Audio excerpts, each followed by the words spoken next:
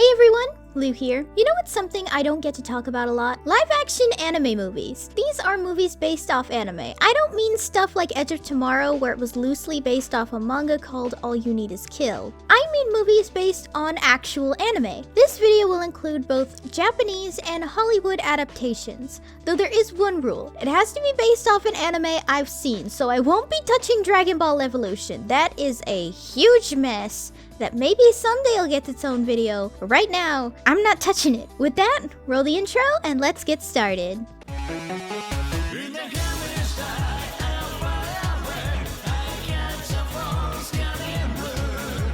Death Note, the Japanese version. Death Note is a special anime because it gets two countries trying to adapt to this brilliant manga that became one of my favorite anime of all time. Fun fact about this movie, by the way, it has an English dub for some reason, and it's all dubbed by the cast of the anime, so that's a thing. This movie was decent enough. It was actually pretty accurate for the most part. They added this weird extra love interest for Light, which is fine simply because I'll fucking take anyone who isn't Misa, but it is kind of weird. I believe she's based off a girl who briefly appears when Light takes her out on a date on the bus hijacking where he met Ray Pember, but it's just odd. It's like she's a very generic waifu, which yeah, is great for Light who wants to appear like he's not a sociopath with a god complex, but they play her like Light genuinely loved her, which is stupid because like Light is clearly a sociopath who doesn't want to love anyone but himself, really. And at the end, Naomi kills her, which apparently went against what Light wrote in the Death Note piece.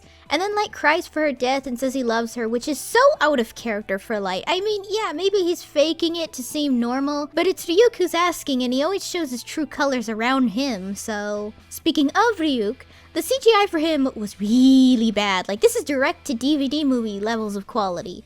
But I am a little forgiving because I know Japan movies are not super well known for having the best CGI. I mean, Japan is kind of infamous for having bad CGI if you're looking at it among film critics anyway. Elle was actually pretty spot on for this movie. I actually really liked the casting for Elle a lot. Overall, this movie was decent, but I don't think it understood what Death Note was or what Light was really all about, because the whole thing about Light is that he's an emotionless sociopath the minute his hands touch the Death Note. Apparently, it has 2 sequels and a prequel, but I don't really find either sequels or prequel interesting enough to watch, so... Death Note, the American version. This movie is written by someone from 2007 listening to Welcome to the Black Parade on their black iPod while on their way home from Hot Topic where they picked up a Tokyo Hotel shirt. And no, I'm totally not describing me at 14 years old. Not at all. Alright, if you're like a really edgy 12 to 15-year-old, then I guess you'd enjoy this movie. I know that if I saw this movie at 13, I would have definitely loved this movie. I mean, I was obsessed with Twilight at that age, so I had no standards. While this movie isn't bad for the edgy crowd, anyone like myself who cringes at that era of our childhood would legit cringe at this movie. It was painful to watch as it hit all the tropes of some edgy fanfic. I was half expecting fucking Sasuke to show up and punch Light or something. And while I don't mind Death Note taking place in America instead of Japan, I think an American Death Note can totally work as it's a very broad story. But what I think I mind is the stupid fucking name changes. Instead of Light Yagami, a very clearly Japanese name that does not have a proper American equivalent, we get Light Turner. You know, some said Timmy Turner was a sociopath, so maybe this is the real Fairly Odd Parents sequel we all needed. The part that pisses me off is the way they explain the name of Light. They give a weird throwaway line that Light's mom was a hippie, which, by the way, Light is being raised by a single parent as if we already weren't generic and cliche enough as it is. Like, you didn't have to say his mom was a hippie if we're going cliche. The dad could have just said he was the light of their lives, and that's why they named him Light. I mean, if we want to drive home that the now Mr. Turner really loves his son, I think that would have been a way to do it. And Light as a character in this one is quite literally a fucking poser. He's one of those guys you read about in those really self-inserty fanfics who acts all tough and cool, but really they're the biggest fucking loser. I mean, he literally says the police won't know he's Kira because it's a Japanese name. Like, what? As someone who watches a lot of crime shows, and I mean a lot of crime shows, not even the stupidest fucking murderer would do something like that. Oh my gosh. And Misa in this one. Misa acts more like Light than Light does. If anything, it's almost like their personalities reversed. Though Misa just mostly reminds me of a really bitchy Tumblr girl from 2003 where her icon is a character from Homestuck and she reblogs sad gifs of Homodo, to be honest. And L. He was probably the one that was genuinely interesting and decent. I don't mind that they made L black the way apparently others do. L is mixed race anyway, so it's not really a big deal.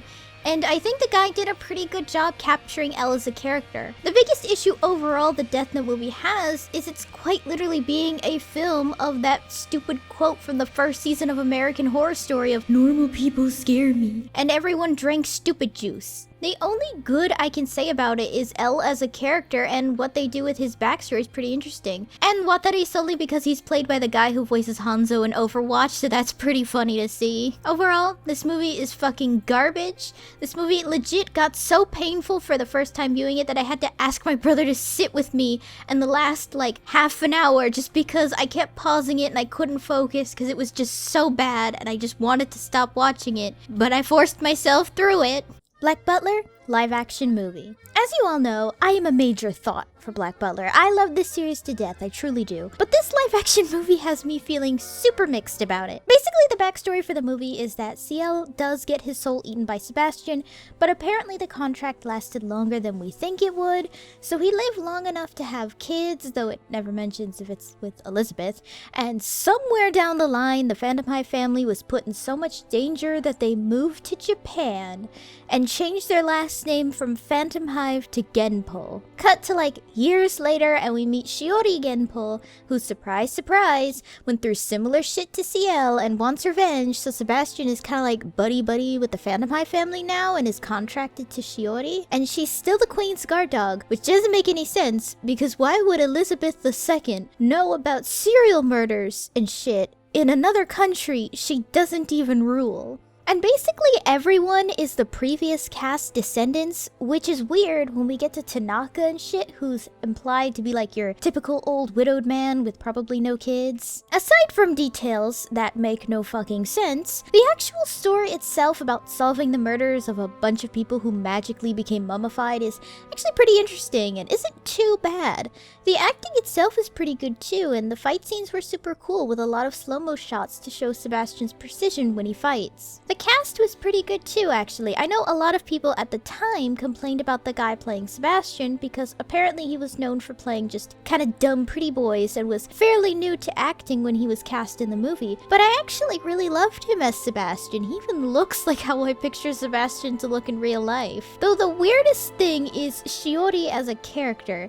She pretends to be a boy throughout the movie for no actual reason and gets this weird like love story with Sebastian. It's kind of gross, to be honest. I mean, yeah, her actress is in like in her 20s and shit, but Shiori is 17 and Sebastian is implied to be in his late 20s or early 30s according to Yana, so sirens are going off. Though I like Undertaker's redesign for this movie. Like, a lot of people complain about it, but I actually really like it.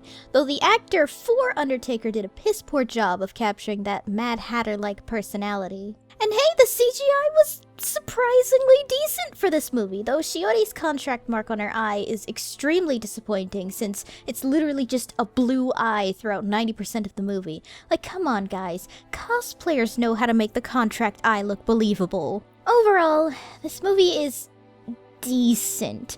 It's obviously not the worst movie on here, but it's also not good either. If it was its own interpretation of Black Butler, I don't think I'd be salty and weirded out by the story, but it's painting itself as a sequel to the manga whenever it decides to end, so it's just a really weird movie.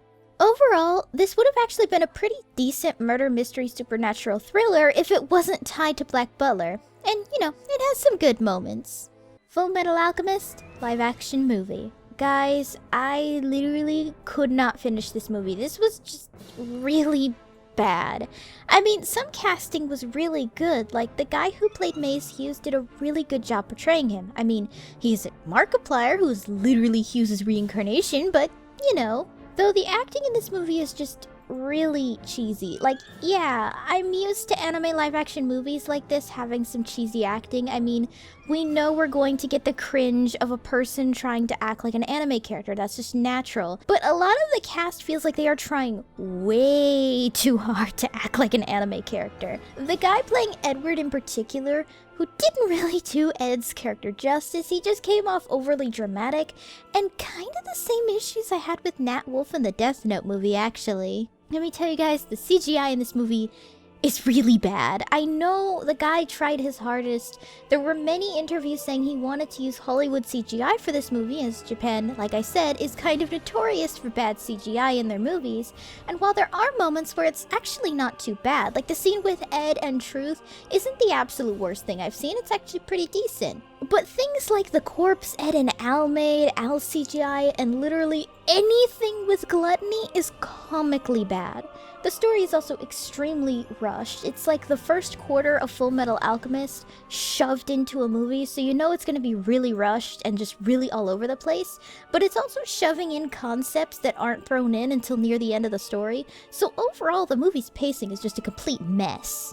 This movie, like the Death Note Japanese movie, has an English dub for some reason, and the audio quality is really bad. Like, it sounds like everyone recorded it on their Nokia phone. I don't know if this dub was super last minute, so everyone had to record it via their laptops or something, but the audio quality in this movie for the dub is just really bad. Overall, this movie was boring and pretty garbage. The only positive I will give it is that the costuming was actually really good. Like, they get an A+ in the costume department, but the rest was just really boring and really bad. Speed Racer. Not many people will know this because I don't really bring it up in conversations a lot, but I love Speed Racer. While everyone was watching Naruto in 3 parts on YouTube, I was doing that with Speed Racer. Yeah, it's corny and campy, but it is so charming that I just absolutely love it. This movie, directed by the same people behind The Matrix, I think personally captures Speed Racer well. It managed to adapt the 60s charm of Speed Racer into a late 2000s format so well, and legit managed to make it an exciting movie. The cast was pretty great too. Yeah, the CGI is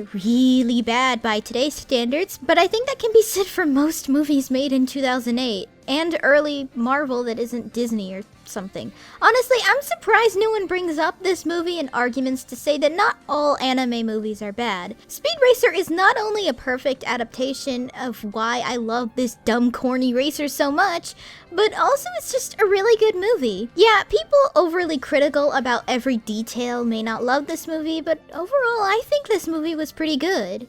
And that's it for part 1 of this video. That's right, everyone. There are so many anime live-action movies that I pretty much have to make this a 2-part video. So let me know down below if there's any other live-action anime movies you want me to check out. Just remember that I won't be talking about Dragon Ball Evolution because that is a whole other mess to handle. So yeah, let me know down below what you think.